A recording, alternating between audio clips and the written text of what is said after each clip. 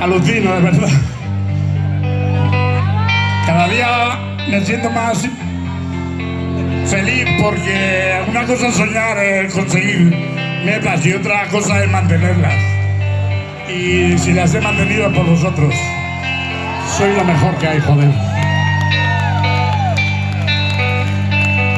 Por eso esta canción la quiero dedicar a vosotros y me gustaría que os dejarais la garganta con ella y hacerlo lo más bonito posible.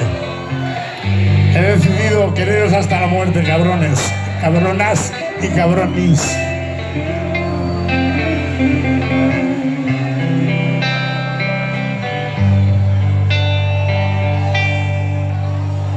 He mirado al sol con cara de no haber dormido y me pregunto qué se ha jodido, que ya nada es igual.